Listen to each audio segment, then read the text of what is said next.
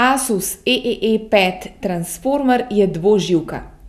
Je tablični in prenosni računalnik v enem.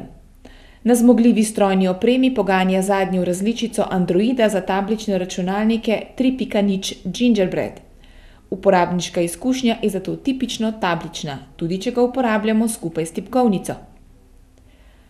10,1-palčni kapacitivni zaslon z ločljivostjo 1280x800 izvrstno opravlja svojo nalogo in je dobro viden tudi ob močnejši svetlobi.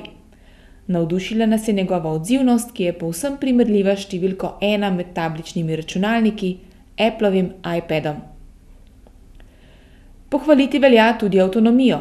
Tablico smo lahko uporabljali do 8 ur.